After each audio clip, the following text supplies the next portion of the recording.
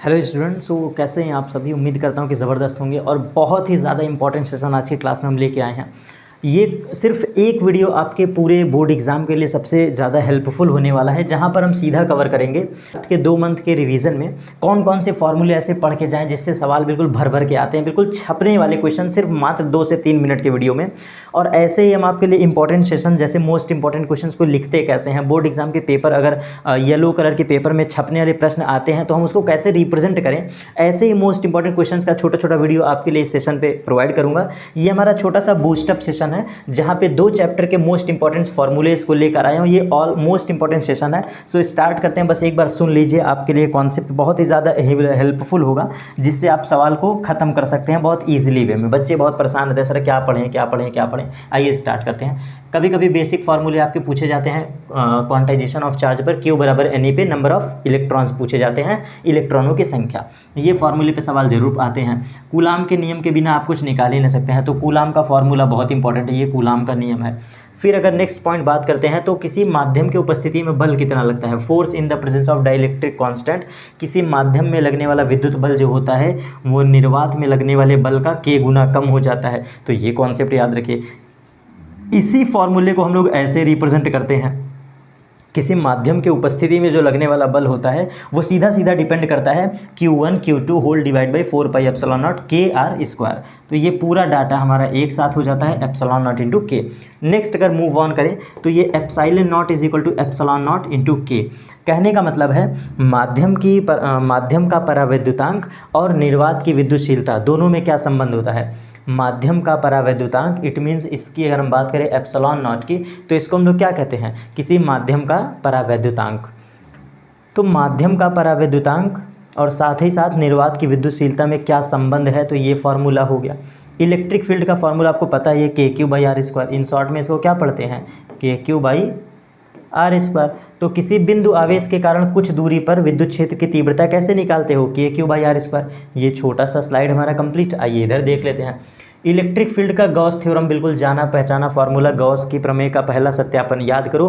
अनंत लंबाई के तार के कारण विद्युत क्षेत्र की तीव्रता तो λ/2 पाई एप्सिलॉन नॉट। और इसके बाद अगर बात करते हैं टाउ बराबर PE sin थीटा, तो ये बलयुग्म का आघूर्ण है। आपको याद होगा किसी विद्युत द्विध्रुव को विद्युत क्षेत्र में रखते हैं तो बलयुग्म उत्पन्न होता है, बलयुग्म का आघूर्ण, दैट इज टाउ बराबर PE sin थीटा। एनर्जी का बड़ा प्यारा कॉन्सेप्ट है, ये सेकंड चैप्टर में पढ़ते हैं, PE cos theta 1 minus cos theta 2। तो स्थितिज ऊर्जा किसी विद्युत द्विध्रुव की क्या होती है, that is PE cos theta 1 minus cos theta 2।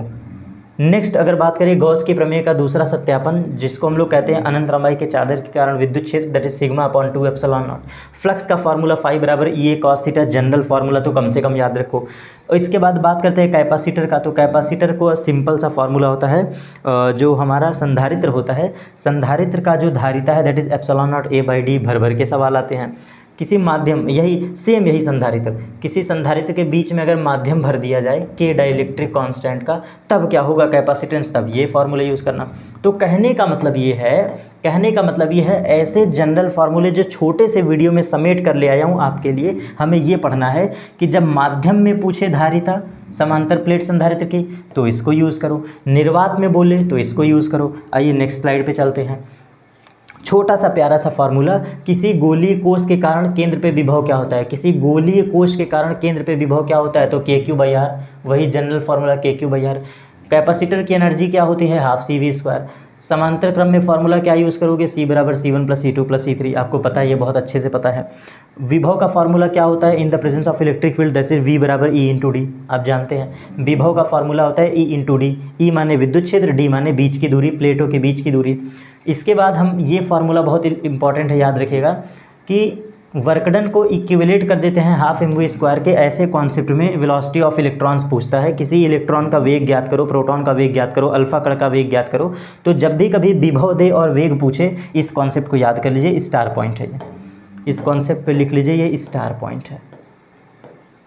ठीक है बेटा, जब भी कभी विभव दे, ये V माने विभव है और ये V माने वेग है, तो विभव दे और वेग पूछे तो आप हमेशा यूज़ करिएगा EV बराबर हाफ mv²। इसीलिए मैंने यहाँ पे लिखा है काइनेटिक एनर्जी को इक्विवेलेट कर देते हैं वर्क डन के।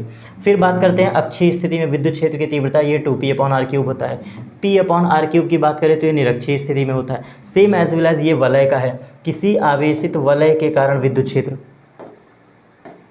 किसी आवेशित वलय के कारण, ये हमारा आवेशित वलय है, किसी चार्ज रिंग की बात करें तो आवेशित वलय के कारण फॉर्मूला क्या होता है, कुछ निश्चित दूरी पर, तो ये है हमारा qx/r² + x² 3/2। और ये डाइपोल मूवमेंट का फॉर्मूला है, विद्युत द्विध्रुव आघूर्ण P = q × 2l, याद रखो। ये है हमारा जब प्लेटों के बीच में किसी निश्चित मोटाई का संधारित्र रख दिया जाए।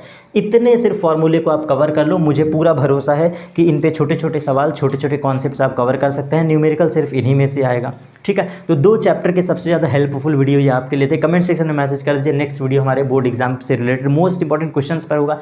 ऐसे क्वेश्चन जो इन दोनों चैप्टर से बने हैं, इन दोनों चैप्टर से most important theory, next video हमारा इस बात पे होगा कि इन दो चैप्टर्स को कवर करते हुए एक ऐसा सेपरेट वीडियो बनाया जाए जो आपके एग्जाम को बिल्कुल आसान कर दे, जो ये बता दे कि बेटा बस यही पढ़ के जाओ, बिल्कुल छपने वाले प्रश्न, ठीक है। नेक्स्ट वीडियो पे हम डिस्कस करेंगे कि इन 2 टॉपिक से बेस्ड कौन से ऐसे डेरिवेशन है जो एग्जाम में हर बार पूछे जाते हैं। आज की वीडियो को बस इतना ही सिर्फ समाप्त करते हैं, मिलेंगे अपने नेक्स्ट दमदार वीडियो के साथ ऐसे ही मोस्ट इंपॉर्टेंट थियरीज के साथ। Thanks to all of you.